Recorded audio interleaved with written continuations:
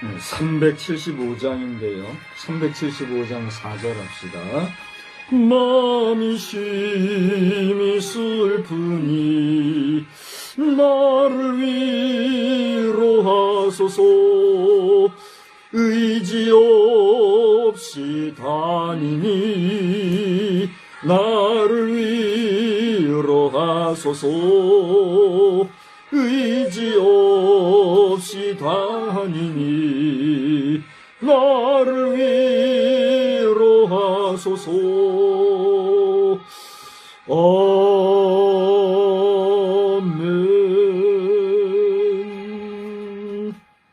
전능하사 천지를 만드신 하나님 아버지를 내가 믿사오며 그 외아들 우리 주 예수 그리스도를 믿사오니 이는 성령으로 잉태하사 동정녀 마리아에게 나시고 분디오 빌라도에게 고난을 받으사 십자가에 못 박혀 죽으시고 장사한 지 사흘 만에 죽은 자 가운데서 다시 살아나시며 하늘에 오르사 전능하신 하나님 우편에 앉아 계시다가 저리로서 산 자와 죽은 자를 심판하러 오시리라.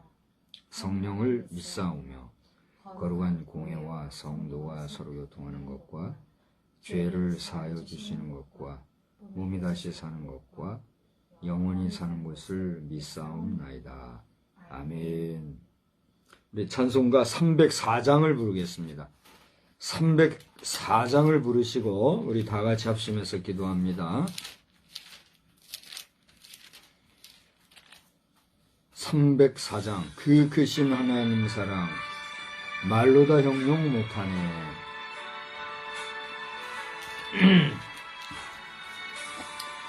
그 크신 하나님의 사랑 말로 다 형용 못하네. 저 높고 높은 별을 넘어 이 낮고 낮은 땅 위에 최고만 영혼 구하려고 그 아들 보내사 번옥제물 삼으시고 죄 용서하셨네.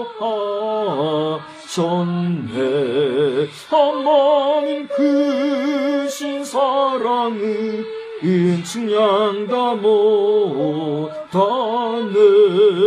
영원히 변치 않는 사랑 성도여 찬양하세. 괴로운 시절 지나가고 땅 위에 영화세 할 때쯤 잊지 않던 영혼들은 큰 소리 외쳐 울어도 주 믿는 성도들에게 큰 사랑 베푸사 우리의 죄 사했으니 그 은혜 잊을까. 하나님 크신 사랑은 측량다 못하네. 영원히 변치 않는 사랑 성도여 찬양하세.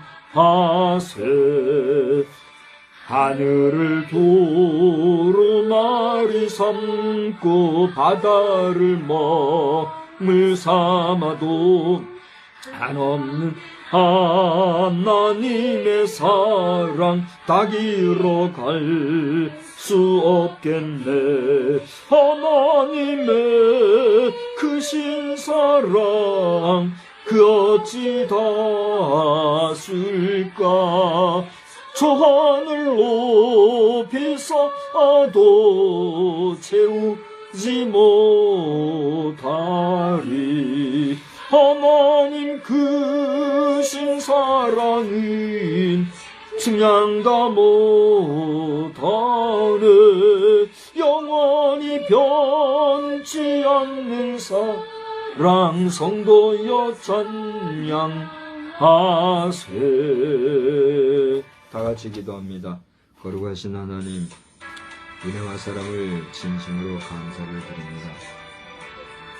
이 시간에 주님께서 저희들에게 은혜를 주시고 또 우리가 하나님을 사랑하는 사랑을 고백받으시기 원하는 그런 심령으로 이 시간에 다시 한번 세상을 싸싸하는 주님 우리의 예배를 받아주시고 한없이 은혜와 사랑으로 함께 해주시기를 간절히 빌고 소원합니다. 수요일 저녁 비 오는 날 이렇게 모이기 어려운 이러한 시간에 주의 이름으로 모여 예배하는 우리의 모습을 보시고 주님 이 시간에 강림하신다는 이름의 주께 인정을 받을까 또 이렇게 주님을 찬양하고 말씀을 사모하며 주님 앞에 모이며 주님이 더 큰 사랑을 베푸실까. 우리는 하나님의 생각 이전에 우리 자신의 생각으로 하나님을 판단할 때가 있는 것을 생각합니다. 생각 부끄럽게 그지가 없습니다. 주여 이 시간에 저희들과 여러분 우리를 생각할 것이 아니라 먼저 하나님을 생각하며 하나님의 크신 사랑에 감사 감격하는 가운데 전심으로 주를 찬양하기에 부족한 있는 시간 되게 하여 주시옵시고 그렇게 주님을 찬양하는 우리의 찬양이 비로소 주님께 연락되어지는 시간만 되기를 소원합니다. 우리가 늘 기도하는 기대심을 드리십니다. 대통령을 비롯한 이 나라의 지도자들과 나라의 안위와 안녕과 또한 여러 국정 현안 속에서 또 새롭게 지도자들을 선출하는 총선을 앞두고 또는 교회의 중직자들과 또 예수상을 세워 하나님의 뜻을 저버리는 잘못된 생각을 가진 일부 목회자들에 대한 탄원을 주님 앞에 드리는 것 주님이 아시오니 주여 주의 종들에 의하여서 주님이 더럽힘을 받지 아니하도록 하나님은 이 땅을 긍휼히 여기시고 자비와 은총을 베푸시기를 원합니다. 남북 간의 깔끄럽고 시끄러운 문제들이 연일 보도되고 있사옵니다. 이 모든 상황을 아시는 주여 이 나라의 안위와 안보를 주께서 지켜주시고 피 흘림이 없을 수는 없으되 최소한의 혈연으로서 더 이상 남북이 갈라진 상황에서 이렇게 힘겹게 힘겨루기를 할 것이 아니라 조속히 하나가 되어서 한 하나님을 온전히 믿고 나가는 온전한 한결에 온전한 민족으로서 나아가는 복된 이 계례가 될 수 있도록만 주님 역사하여 주시옵소서.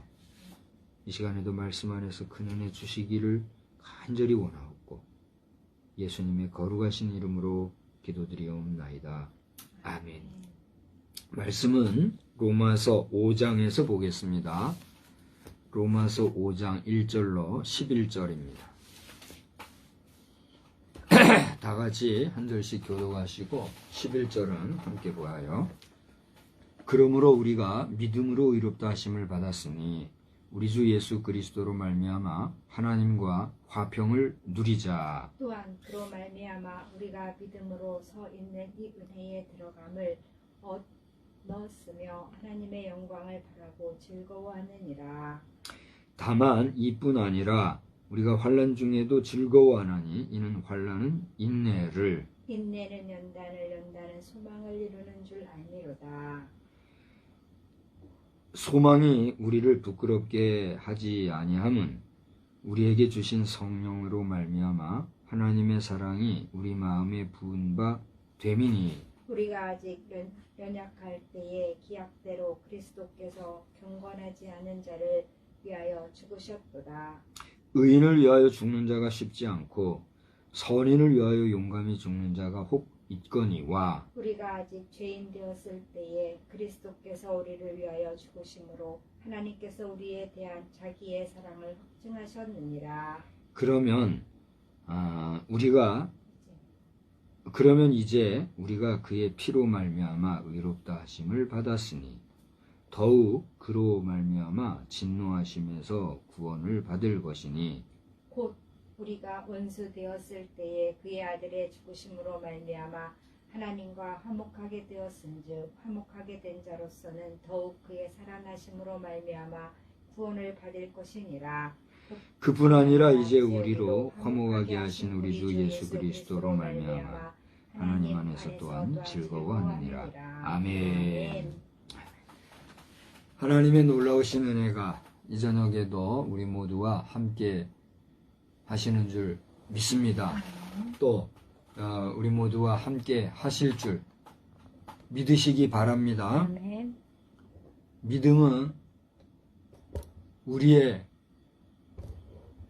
자의나 또 우리의 자행자지하는 우리로 말미암은 것이 아니라 하나님께서 주신 은혜의 선물이다 하는 사실에 대해서 여러분이 분명히 믿고 나아가는 온전한 믿음의 확신자들이 다 되시기를 또한 우리 주님의 이름으로 축복합니다. 우리가 신앙생활한다, 믿음생활한다 이렇게 합니다마는 그 믿음이 나로 인한 믿음이 되면 우리는 반드시 실족할 수 있고 실망할 수 있고 추락할 수 있고 심지어는 퇴락하여 그 믿음을 저버리거나 심지어는 배반하고 각각 제 길로 가서 마치 나지 않으면 졸 뻔하였다라고 한 그의 이름이 누구죠? 가룟신이라고 하는 유다와 같은 그런 인생으로 추락할 수밖에 없을 것이다 라고 하는 것입니다. 혹자는 그 가룟 유다를 비평적 시각에서 보아 옹호하는 입장에서 그는 악역을 맡은 자였고 그는 그가 원치 않았던 악역을 맡음으로 말미암아 천국에서 나름의 구원을 받았을 것이다. 이렇게 해석하는 사람들도 있더라고요. 그 해석이 옳다 그르다 시비는 우리가 함부로 또는 가볍게 할 수가 없을 것이므로 그의 구원에 관한 문제는 전적으로 누구에게 있어요? 하나님께 있으니 우리는 필요 이상으로 그의 구원에 대해서 그의 종말에 대해서 말할 이유는 있을까요? 없을까요? 없다고 하는 것이 건강한 영적 해석, 신앙적 자세일 것입니다. 아멘. 우리 자신도 마찬가지예요. 그러므로 다른 사람이 구원 받았니 안 받았니, 다른 사람이 신앙이 좋니 안 좋니, 그거 말할 계제에 스스로를 돌아보아 자아를 성찰하며 항상 하나님 앞에 내가 온유 겸손하고 또 나아가 분명한 믿음 위에 서 있는지, 굳건한 신앙생활을 잘 감당하고 있는지, 충성된 종으로서의 사명을 잘 감당하고 있는지 스스로 돌아볼 일인 줄 믿으시기 바랍니다. 그래서 우리 교회 안에서 시험 받는 일들 가운데 가장 큰 게 남 비판하는 거. 이거. 자기한테는 3가지를 공격하면서 남한테 1가지 쏘아붙이는 거. 남 하나 쏘아붙일 때 지금 누가 더 욕 들어먹을 게 많다는 거예요. 나라는 거예요. 저도 설교하다 보면 이렇게 할 때가 덜어 있죠. 그냥 하나의 의도를 가지고 제가 해요. 상식적으로 이렇게 하는 게 바른 자세다 하는 걸 우리는 알고 있잖아요. 그죠? 또 배우기도 하고, 그죠? 근데 이렇게 하는 걸 알면서도 이렇게 할 때가 있어요. 근데 뭐 의도를 가지고 할 때도 있지만 때로는 나도 모르게 할 때가 있어요. 상당히 조심스럽더라고요. 여러분은 어떠신지 한번 돌아보면서 우리 모두가 하나님 앞에서 신실한 믿음의 삶 잘 경주하는 그런 저와 여러분 복된 삶이 되기를 다시 한번 주의 이름으로 축원합니다. 화목을 생각하는 삶. 한번 따라 해봐야죠. 다 같이요. 시작. 화목을 생각하는 삶. 여러분 화목하면 떠오르는 게 뭘까요? 3가지만 한번 딱 크게 얘기해봐요. 여기 녹음도 되니까 얘기해봐요. 화목하면 생각나는 게 뭐예요? 가정의 화목, 가정의 화목, 형제간의 형제 간의 화목, 친구간의 화목. 친구 간의 화목. 뭐 일단 더 얘기할 수 있겠지요.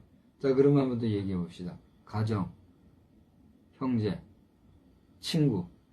결국 누구와의 관계에서의 화목을 얘기했습니까? 인간과의 관계에 대한 화목을 얘기했죠. 오늘 성경을 잘 보십시오. 바울사도가 지금 로마교회 성도들에게 이야기하고 있는 이 화목이 우리 사람과의 관계에서의 화목을 얘기하느냐? 어떻게 생각하세요? 저는 내일 아침, 내일 새벽에, 저를 보세요. 내일 새벽에 기도 제목을 오늘 이따가 달력에 가서 한번 보세요. 아니면 지금 봐도 돼요. 뭐라고 써놨나. 관계에 대한 거. 뭐 보나 안 보나 내가 이걸 얘기하려는 거예요. 관계에 대한 걸 제가 이제 기도 제목을 놓고 기도할 거예요. 이 관계라는 건 누구와의 관계를 얘기할까요? 그렇습니다. 사실 저도 내일 기도 제목을 따라서 기도할 때에 정말 좋은 관계, 부부지간에도 관계가 중요하잖아요. 그런가 하면 또 부자지간의 관계, 그죠? 또 형제지간의 관계, 본가의 형제지간의 관계도 중요하지만 이제는 확대되어서 시가 형제들과의 관계도 중요하단 말이에요. 그죠? 시가에도 또 동서도 있을 테고. 그런 인간관계에 있어서의 원만함을 기도하려고 생각을 했던 거죠. 그런데 미처 생각하지 않고 있었던 조금 전에 얘기했던 하나님과의 관계도 기도하게 하시고. 놀랍죠? 내가 기도할 제목과 기도할 생각과 기도하고자 하는 그 염두에 둔 생각을 초월해서 야, 그럼 나하고는 무슨 관계를 어떡하지? 깨우쳐줘요. 사실은 오늘 우리가 신앙을 위해서 기도했잖아요.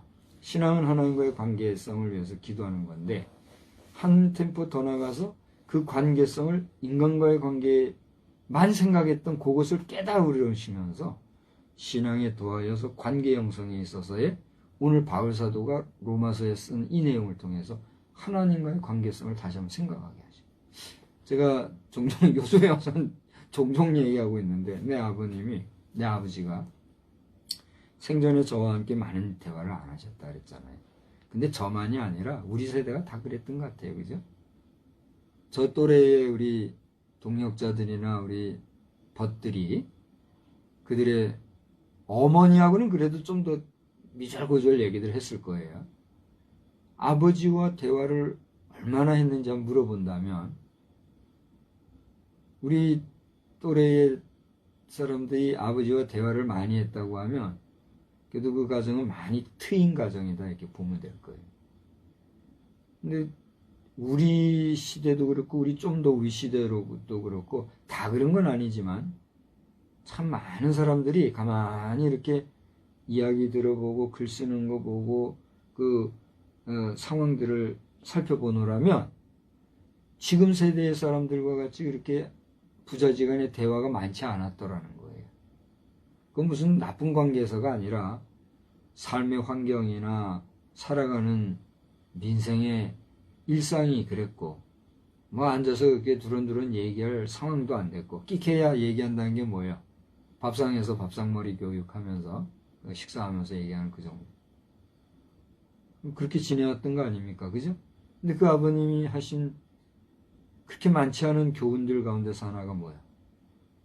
사람은 관계가 좋아야 하느냐. 그 관계를 얘기해 주셨는데 중요한 문제거든요. 근데 오늘 성경은 여기 한번 보세요. 이제 우리가 11절까지를 보았는데 오늘 제목을 화목을 생각하는 삶이다 그랬거든요. 여기 한번 보세요. 이 10절에 보면 그의 아들의 죽으심, 누구예요? 예수 그리스도의 죽으심, 그것으로 말미암아 하나님과 우리가 어떻게 돼요? 화목하게 되었고, 또 하나님과 화목하게 된 그것으로 인해서 화목하게 된 자로서는 더욱 그의 살아나심으로 말미암아 구원을 받을 것이니라 그랬어요.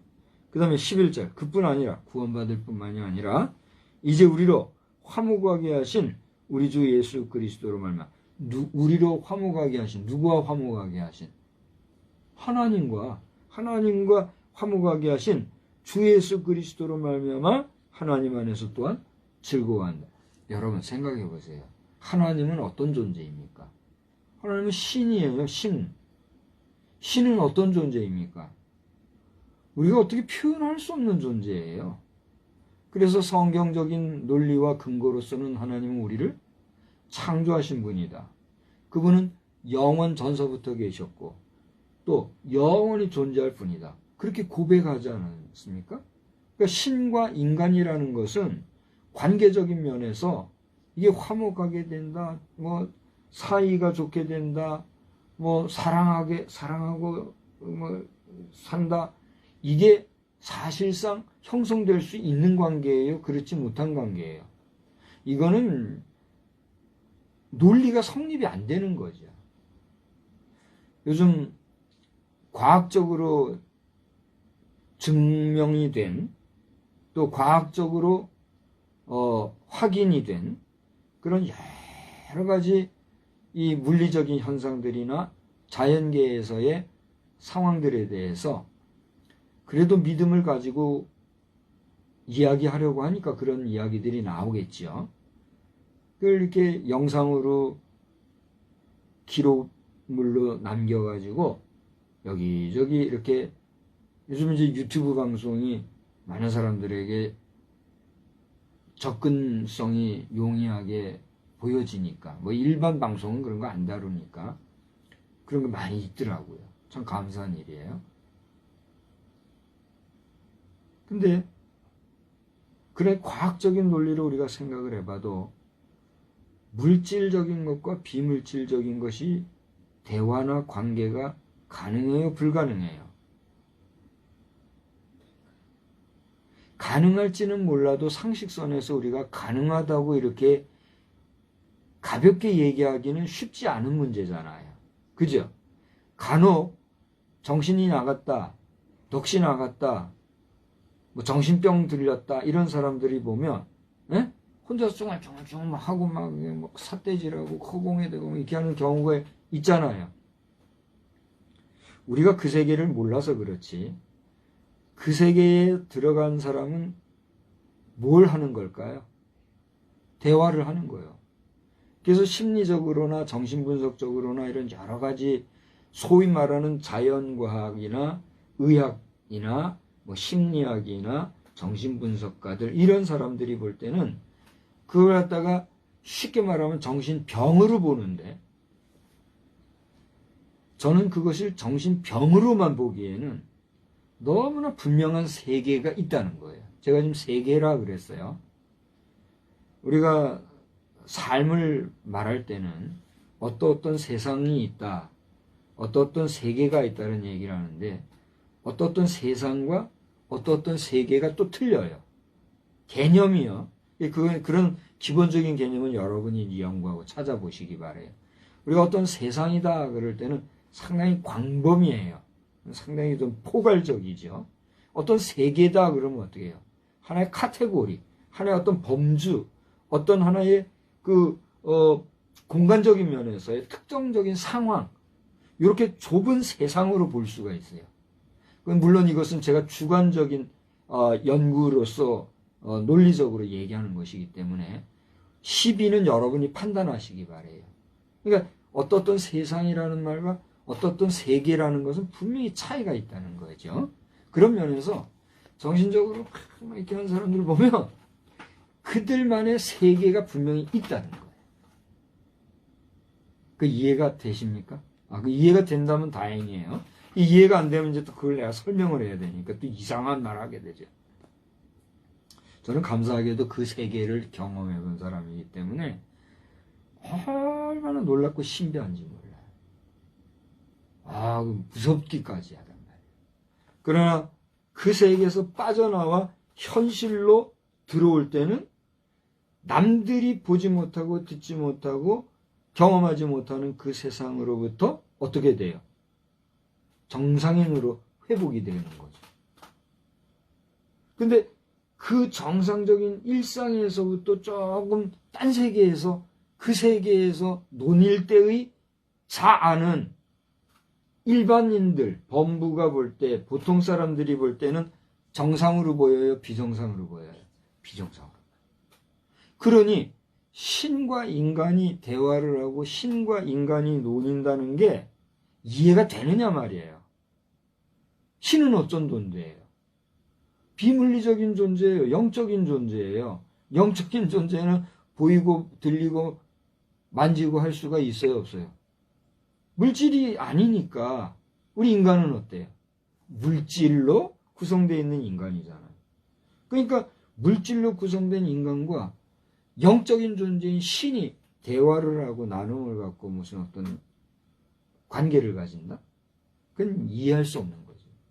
그런데 오늘 바울 사도는 그러한 신인 관계에 있어서의 뭘 얘기하고 있어요?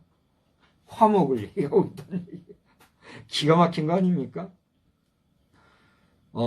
이 로마서는요, 상당히 신학적인 그 부분의 말씀을 다루고 있다고 사람들이 얘기하거든요. 그래서 우리가 사복음서를 읽을 때와 사도행전을 읽을 때, 그리고 이 로마서를 읽을 때 분위기가 달라요. 그래요, 안 그래요?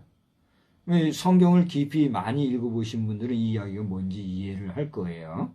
근데 성경을 잘 모르시고 믿음 없으신 분들은 이 얘기가 뭔지 그 말 자체를 여러분 이해를 못할 거예요.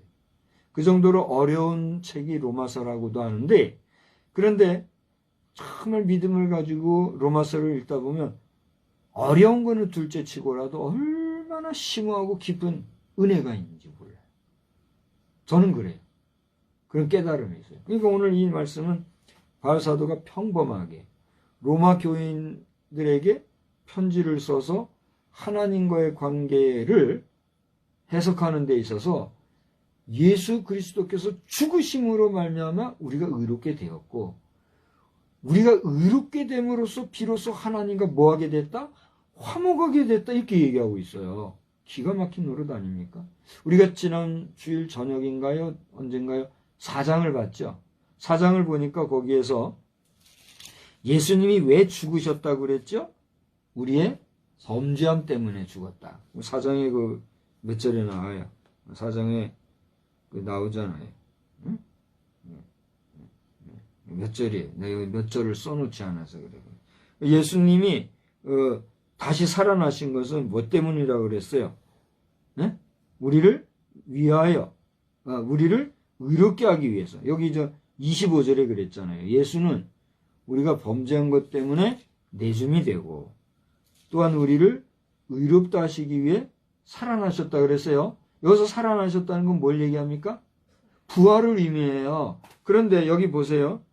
10절을 보면 그의 아들의 죽으심으로 말미암아 하나님과 화목하게 되었다 그랬어요. 죽으심으로 말미암아 화목하게 됐다는 얘기는 역설적으로 읽으면 뭐예요? 죽지 않으면 하나님과 우리 인간이 화목할 수 있다는 얘기예요, 없다는 얘기예요? 보셔, 절 보세요. 하나님과 우리 사이는 죄로 인해서 어떻게 해요? 단절이 됐단 말이에요. 그러니까 하나님과 우리 사이가 화목이 어떻게 됐다는 얘기예요?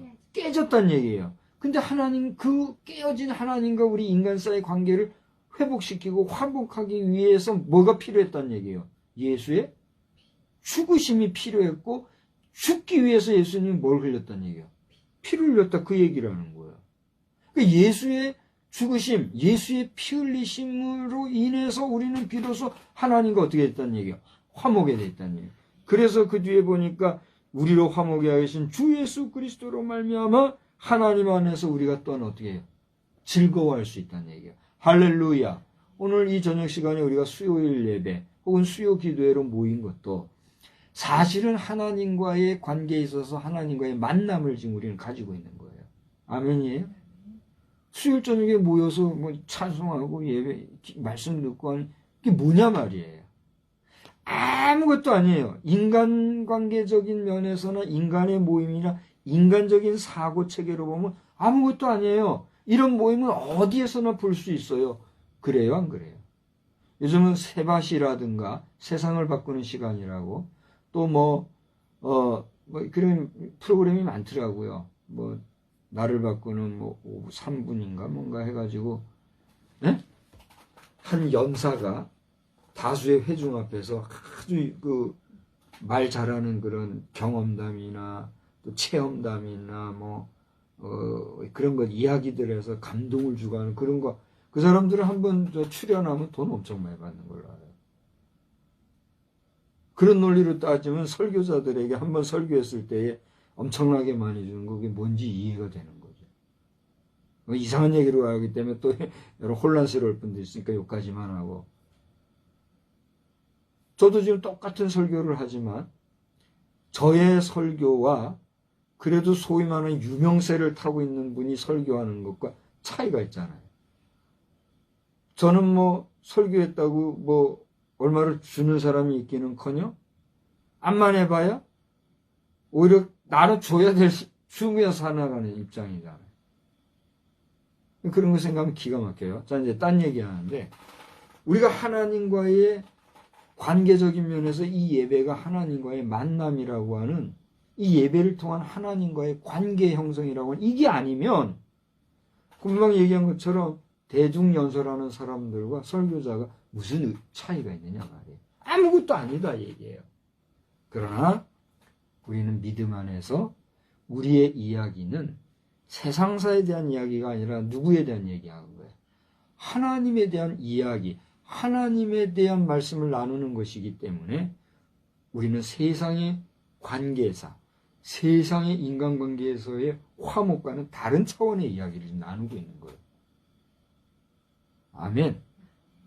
그래서 오늘 여기서 이 화목이라고 했을 때 이 화목은 오늘 제목처럼 화목을 생각하는 삶이라고 하는 것은 서두에서도 얘기했다시피 인간관계에서의 화목, 아까 얘기했던 구체적으로 화목하면 떠오르는 게 뭐라고 그랬죠? 응? 가족 간의 화목, 또 응?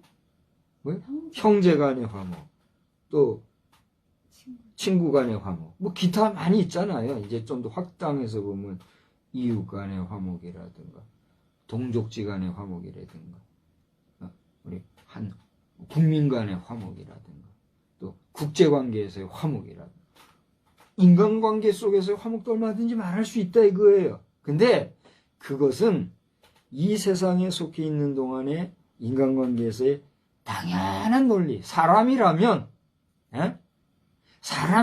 당연히 화목하게 살아가야 되는 거란 말이에요. 지금 북한이라고 말하기에도 아까워요. 왜곡된 공산주의의 핵심으로 추락해버린 북괴, 감히 대한민국을 괴뢰 뭐라고 했으니까 그 똑같은 논리로 말한다면 북괴. 옛날에 우리 어릴 때는 북괴 그랬는데 어느 땐가 말 삼가하고 요즘은 북괴라는 소리 안 하잖아요. 북괴는 북괴지 뭐야. 그 말하면 무서워하고 발발 떨고 말도 못하고.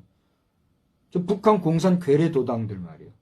그들이 지금 노골적으로 말이에요. 지금 우리 대한민국을 적대시하고 이렇게 지금 나오고 있잖아요. 대한민국 5천만 국민 여러분들이 두려워하는 마음을 가지거나 저들을 가볍게 여길 것도 아니고 그렇다고 불쌍히 여길 것도 아니고 당연히 저들은 대한민국과 한반도, 대한민국이라고 하는 한반도와 부속 도서에서의 왜곡된 공산주의 사상 신봉자들로서의 정치적 욕심과 야망 덩어리들이 모인 공동체에 불과하다는 사실을 우리가 분명히 인식하고 그 소수 집권 세력 몇 사람들에 의해서 다수의 2천만 동포들이 세뇌되고 억압받고 폭정 속에서 신음하는 이런 현실 속에서 저들이 최후 바라가는 오늘의 상황 속에 이르렀을 때에 그야말로 용비복무하듯이 용이 날자 봉황이 춤춘다고 저 용트림하고 하늘을 나는 마귀의 모습과 같은 그런 상황에서 떠들어대는 북한 공산 괴뢰도당에 대해서 대한민국 봉황과 같은 대통령이 춤춘다면 이거 되겠어요? 안 되겠어요? 기가 막혀요. 저는 솔직히 용비복무라는 말에 대해서 아주 그 일필휘주로 쓴 우리 지역의 대서예가가 쓴 그거를 보면서 많은 생각을 하던 중에 올해는 이거 대한민국 정신 바싹 차려야 되는구나 그런 깨달음이 주어졌어요. 그래서 이 용비복무하고 떠들어대는 여러분 함부로 그 말에 휘둘려가지고 춤추고 노래하고 용의 해라고 야단법석 피고 하지 말고, 용의 상징이 의미하는 바 거짓의 압이 마귀의 상징에 대하여서 심사숙고하는 가운데 우리가 하나님에 대해서 화목할 뿐더러 하나님의 능력을 받아서 온전히 하나님의 뜻을 좇아 살아가기에 부족함이 없는 우리가 되어야 될 줄 믿으시기 바랍니다. 지금 중국에 대해서도 여러 말 하는데 중국의 상징하면 뭐예요? 여러분 다 아시죠? 그거 본받아가지고 우리나라 이조시대에 왕을 상징해 놓은 배경 그림으로 그린 게 뭐예요? 얘기해봐요. 뭐예요? 저 어릴 때만 해도요, 우리 예배당 뒤에 그 강대상 의자에 용 또아리 트는 이런 그림을 그려놓은, 이렇게 조각을 해놓은 그 의자가 있었어요. 나 그거 봤어요. 어릴 때. 기억이 생생해요. 근데 어느 때부터인가 그걸 척결하면서 없어졌어요. 우리 조부님 같은 경우도 그거 척결한 앞장서고 한 거예요. 용하면 마귀의 상징인데 그걸 교회에다가 그걸 해놓고 있으니 말이 돼요. 그래서 없어졌잖아요. 지금은 강단에도 그냥 평범하게 이런 식으로 하고, 요즘엔 뭐 크리스탈로 이렇게 하는 경우도 있고 합디다만, 역사적인 배경이나 상징적인 의미 등을 이해한다고 하면 용의 가치는 용의 기운 받아서 뭐 대성하고 12지간에 매여가지고 이렇게 떠들고 할 것이 아니에요. 심사숙고하고 삼가하고 조심하고, 그 용의 기운이 그야말로 정말 웅장한 그런 것이 있다고 하면, 뭐 우리가 상징적인 면에서 힘을 내고 뭐 이런 정도로 우리가 생각하고 각성하는 정도는 생각해야지, 그 마귀의 기운을 받으면 어떻게 되는 거예요? 잘 나가도 멸망인 거예요. 왜? 마귀는 멸망길로 인도하려고 우리를 제국물 삼으려고 하는 세력의 대명사와도 같은 존재입니다. 그런 사단이 역사는 그런, 저 북계 공산주의자들이 말이죠, 마귀의 노릇하고 그렇게 막 지금 저 국제적으로 그 친구 이름 부르지도 않을래요. 북한의 괴수가 말이에요, 얼마나 뭐 용이 트름하고 올라가듯이 국제적으로 얼마나 좀 막, 요즘 보면은 저 뉴스마다 대통령보다도 그 친구가 먼저 나오더라고요. 보이스 오브 아메리카라고 보아, 미국의 그 저 뉴스도요, 새벽 2시, 3시 이렇게 되면 그 나오거든요. 그러다 보면 요즘엔 그 친구가 제일 먼저 나와. 그럼 세계적으로 비상하는 거예요. 그거 보고 우리나라 봉황의 상징, 봉황의 상징은 누구예요? 우리나라 대통령 상징이 뭐예요? 봉황기 쟁탈 뭐 그러잖아요. 그게 뭐예요? 대통령의 상징이 봉황 아닙니까? 복무, 봉황이 춤을 춰. 용이 하늘을 비상한다고 그거 보고 맞춰가지고 봉황이 춤추고 하면 그게 되겠어요? 안 된다는. 그래서 우리는 우리나라 대통령을 위해서도 기도 많이 해야 돼요. 지금 뭐 군정 그런 시대를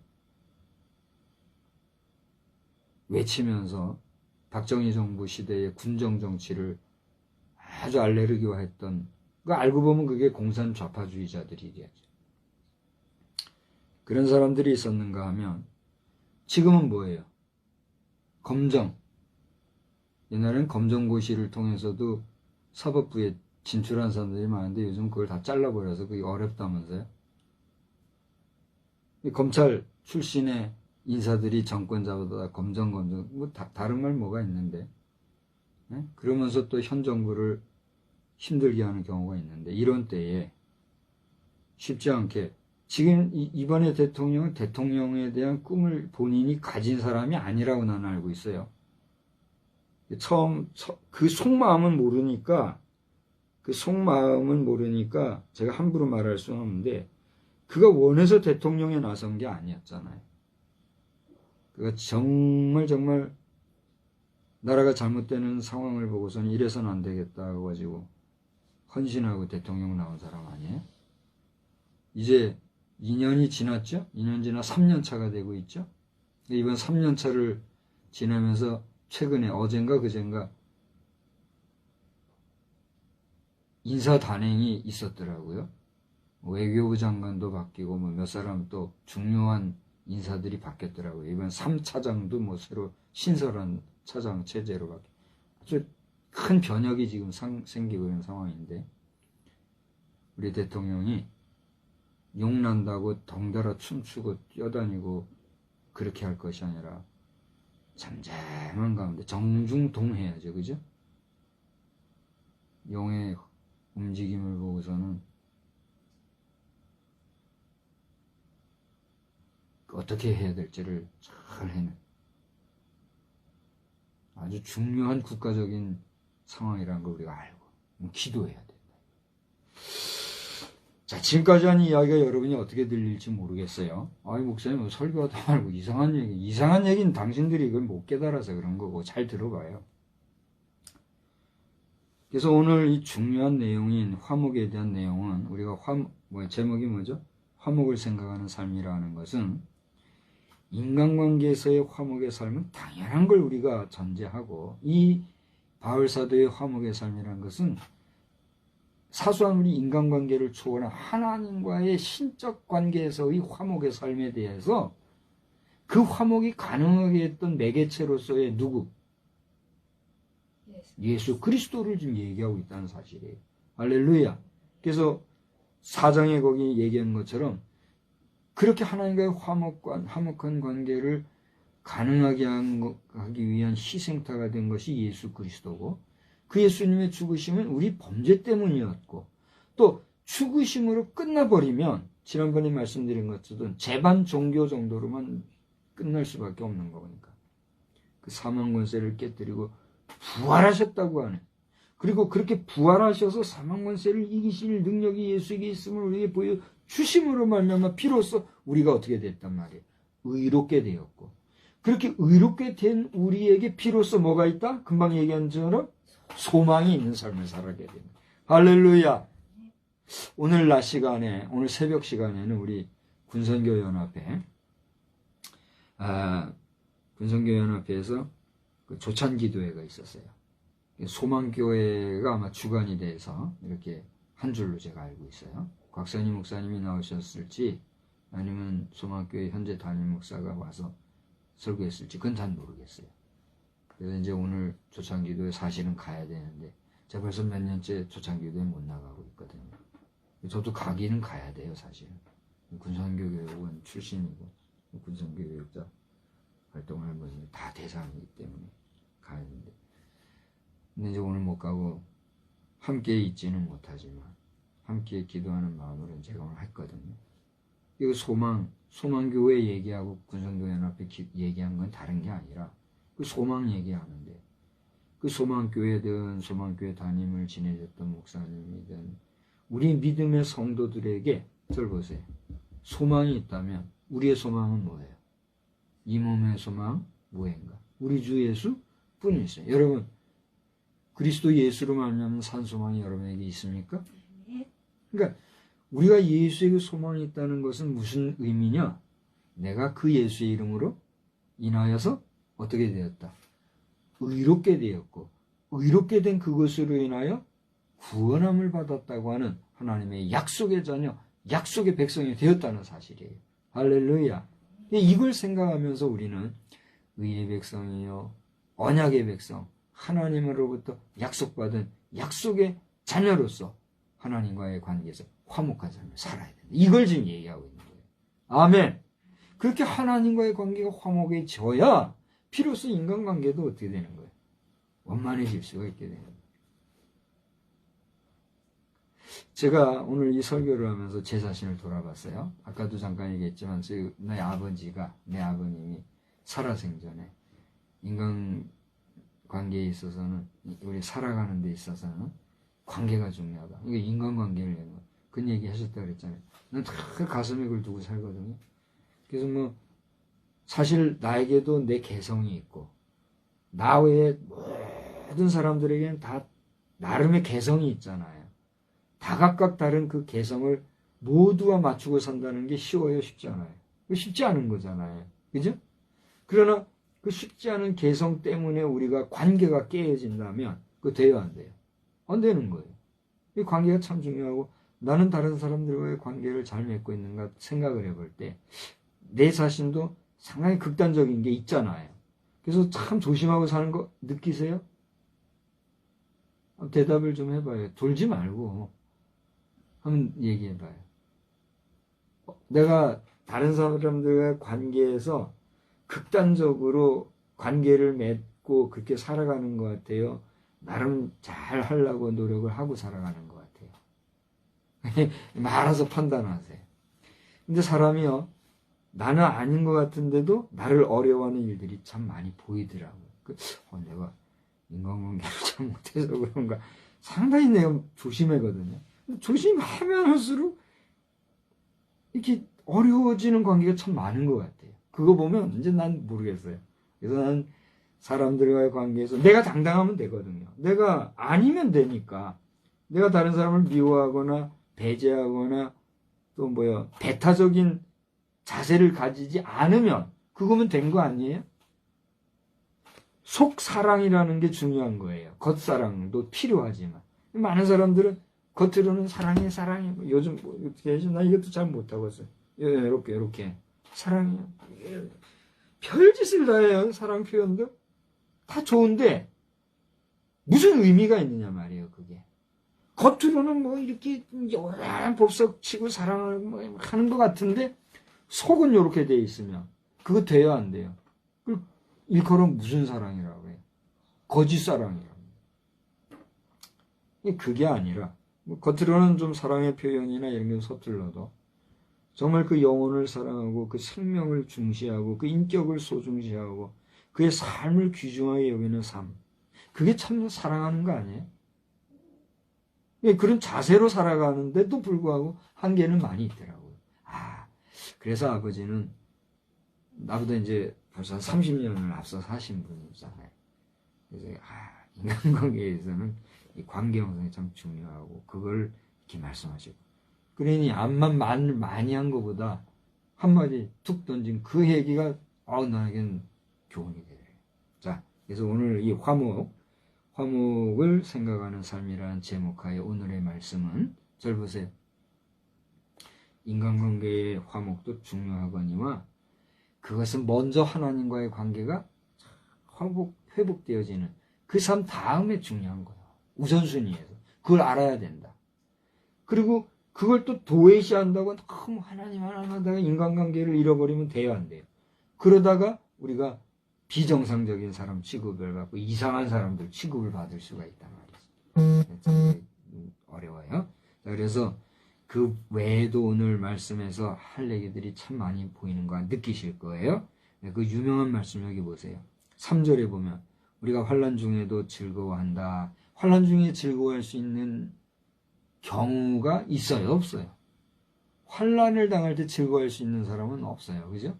그런데도 불구하고 우리가 하늘의 소망을 가지다 보면 환난 중에서도 오히려 그 환난을 즐거워할 수가 있게 되는데, 그 환난이 우리를 어떻게 하기 때문이다?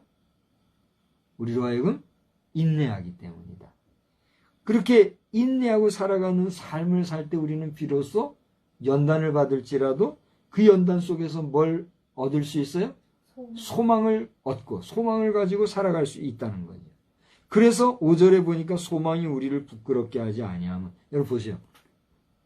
환난과 핍박과 고난과 역경 속에, 좌절 속에, 실망스러운 속에, 실패의 연속 속에 살아가면서도 소망을 가지고 살아가노라면 어떻게 돼요? 의지를 가질 수가 있는 거예요. 사람이 의지가 꺾이면 일이 안 되잖아요. 그래요, 안 그래요? 근데 의지를 가질 수 있는 거는 뭐가 있기 때문이에요? 인간적으로는 희망이 있기 때문에. 희망을 잃어버리지 않으면 기회가 오는 때 일어날 수가 있는 거예요.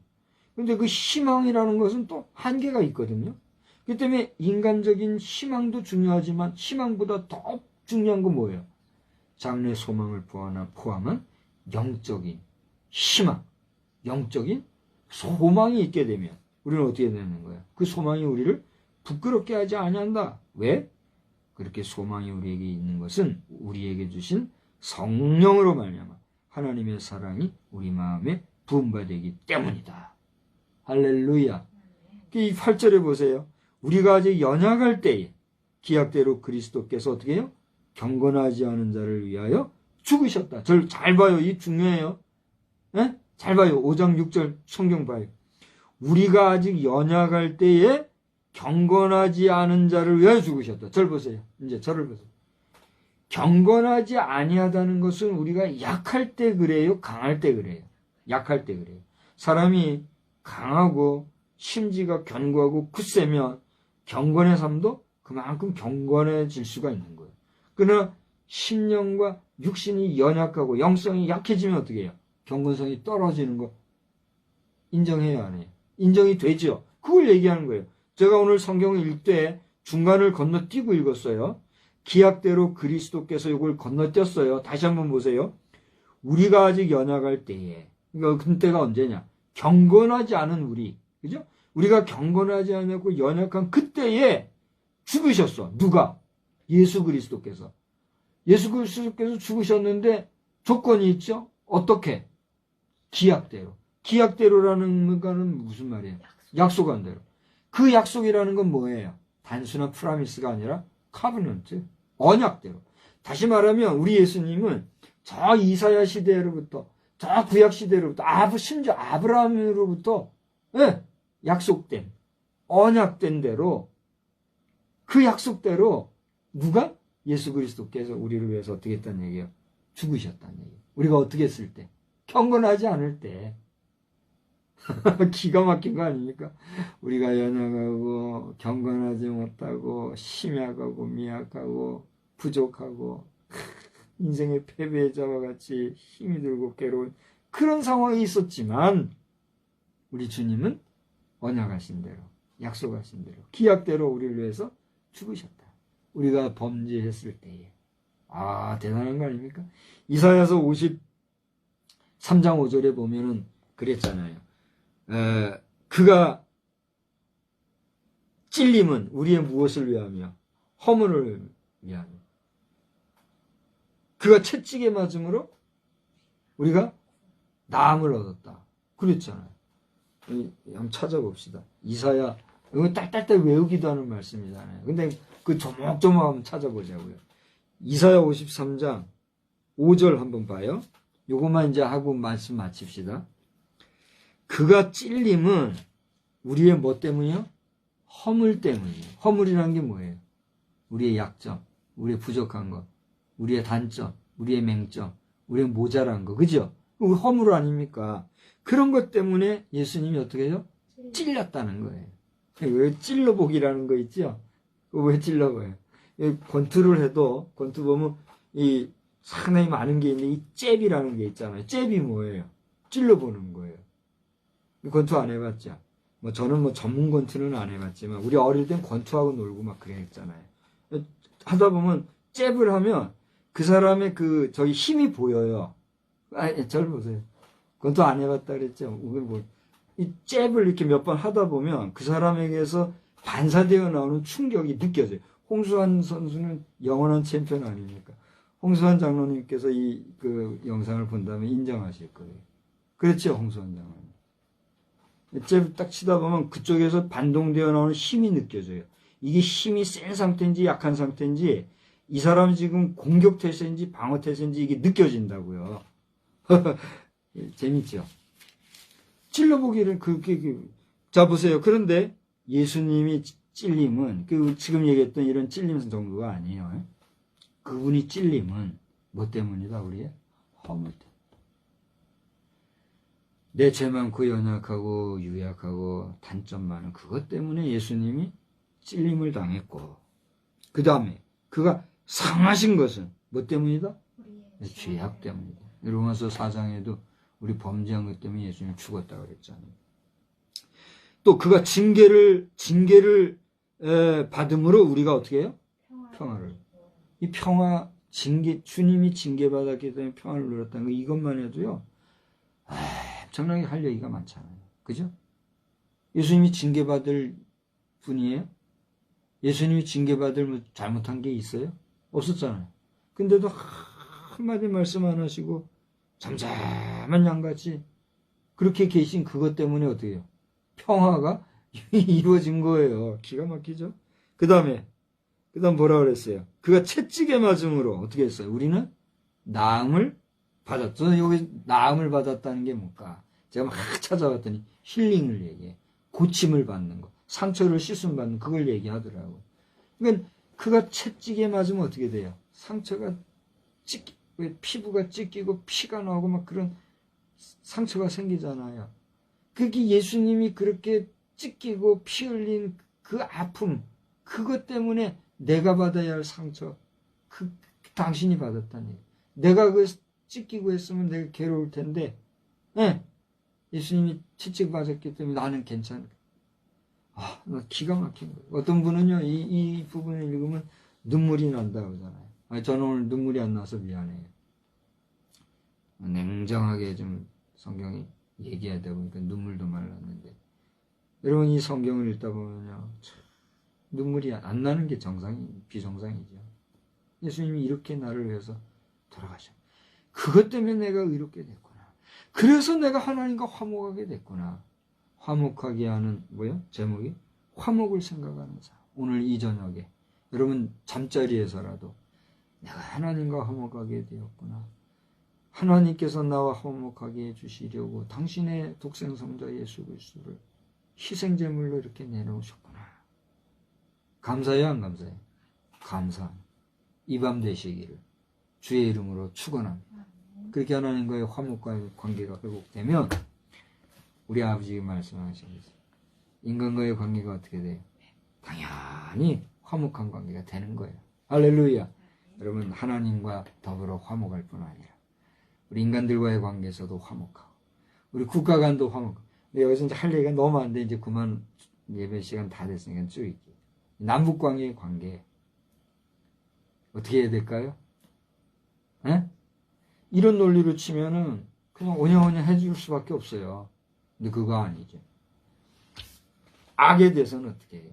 강력하게 치료하고 혼내줌으로 말미암아 깨닫고 회개할 기회를 줘야 되는 거예요. 덤벼. 용이 용이 날고 난리를 치면 우리 봉황 많이 계시다가 국민도 마찬가지. 그런 면에서 이번 총선은 22대 국회의원 선거 총선은 저나 여러분이나 오늘 이 영상을 보시는 너나 할 것 없이 우리 모두가 책임감을 가지고 사명감을 가지고 우리 국가에 최소 4년인가요? 5년인가요? 국회의원 한번 하면 4년인가요? 최소 앞으로 4년은 나라의 흥광이 지금 헌법도 말이에요. 자기들 마음대로 뜯어 고치려고 하고 말이에요. 국회의원 여러분 정신들 차리세요. 남북관계 통일된 이후에 안정된 후에 헌법 고치면 뭐 덧나요? 또 대고 나라가 있기 어려운데 헌법 고치자 그딴 소리나 하고 비싼 밥 먹고 말이에요. 국회에서 여러분 그 죗값을 다 받을 거예요. 함부로 나대지들 말고 남북 문제 확실하게 정리한 후에 헌법 고쳐도 국민 누구 하나 뭐라 안 하니까 자기들 멋대로 권력 잡았다고 그렇게들 하지 말고 말이에요. 대한민국 국민이면 대한민국 국민답게 말이에요. 정치인이기 이전에 대한민국 국민이잖아요. 법 가지고 말이에요. 함부로 사람 나고 법 났지. 그렇잖아요. 나라가 어지러운데 뭐 자기들 마음대로 헌법 가지고 그렇게 하지들 말고 하나님과의 관계를 먼저 화목하게 하는 우리 모두가 되어야 될 줄 믿습니다. 이번 평안히 쉬시기 바랍니다. 기도합니다. 우리 한번 다 같이 기도합시다. 다 같이 기도하며 우리 특별히 국회의원 선거가 오늘 아마 84일이죠? D-84일일 84일일 거예요. 국회의원 선거를 위해서 다 같이 기도합시다. 하나님 아버지, 오늘 이 저녁 시간에도 저희들이 화목을 생각하는 삶을 생각할 수 있도록 은혜를 주시니 감사합니다. 이 화목한 삶이라고 하는 것은 인간관계에서의 화목도 중요하겠지만 그 전에 하나님과 우리 사이에 신간의 화목의 삶에 대하여 주님이 알려주신 너무나도 귀한 말씀인 것을 생각하게 됩니다. 이 관계를 알지 못하는 사람들 정신을 차리고 깨끗하시며 하나님을 두려워할 줄 알게 도와주시오. 특별히 남북 관계에 있어서 악한 사단 역할을 하는 북한 공산주의자들 이대로 두지 마시고 아버지 올해는 나라를 하나로 만드실 것입니까? 어찌하실 것입니까? 주의 이 대한민국 더 이상 국력을 허비하지 않고 지금 구분이 상승하는 이러한 때에 아버지 우리 대통령을 붙잡아 주시고 그를 돕는 주변의 친구들을 도와주시옵소서. 아버지 하나님 정말 우리나라가 5천년 반만년의 역사를 걸어오는 가운데 수많은 국호를 변경하고 여러 지도자를 바뀌고 또 여러 정치와 문화와 또 여러 가지 환경적인 변화가 있어왔지만 지금까지 이 나라의 백성님들 이대로를 지켜주신 분이 하나님이신 줄 믿습니다. 하나님이여 하나님이여 누구누구할 것 없이 우리 여호와 하나님 경외하기를 그 무엇보다도 앞서서 할 수 있게 해주셔서 하나님이여 우리 백성 가운데 단 한 사람도 나고됨 없이 천국 백성 되어올 수 있도록 이 나라의 백성인데 이 더 많은 사람들이 예수 믿고 구원받는 역사가 넘쳐날 수 있도록 주님 도우시고 역사와 주시기를 간절히 빌고 소원합니다. 아버지 하나님 이 밤에도 저희들에게 간장 주시고 꿈속에서 나나 우리와 화목하게 하신 하나님의 은혜와 큰 놀라우신 은총에 감사하며 영으로 기뻐 뛰며 주를 찬양하는 밤 되게 하여 주시옵소서. 주님 우리와 함께 해주시기를 믿고 감사하며 존귀하신 우리 주 예수님의 귀하신 이름으로 기도드리옵나이다. 아멘. 우리 찬송은 303장을 부르겠습니다. 303장을 부르시면서 우리 오늘 주신 말씀을 잘 생각하시기 바랍니다. 303장. 날 위하여 십자가에 중한 고통 받으사 대신 죽은 주 예수의 사랑하신 은혜여 보배로운 피를 흘려 영영 죽을 죄에서 구속함을 받은 우리 어찌 찬양 안 할까. 예수 안에 있는 우리 한량없이 즐겁고 주 성령의 위로함이 마음속에 차도다. 천국 음악 소리 같은 은혜로운 그 말씀 끊임없이 듣는 우리 어찌 찬양 안 할까. 이 세상에 모진 풍파 쉬지 않고 불어도 주님 앞에 보호받는 우리 마음 편하다. 늘 깨어서 기도하고 저 천국을 바라며 주님만을 기다리니 어찌 찬양 안 할까. 하늘에 계신 우리 아버지여 이름이 거룩히 여김을 받으시오며 나라에 임하옵시며 뜻이 하늘에서 이루어진 것 같이 땅에서도 이루어지이다. 오늘날 우리에게 일용할 양식을 주옵시고 우리가 우리에게 죄 지은 자를 사하여 준 것 같이 우리 죄를 사하여 주옵시고 우리를 시험에 들게 하지 마옵시며 다만 악에서 구하옵소서. 대개 나라와 권세와 영광이 아버지께 영원히 있사옵나이다. 아멘.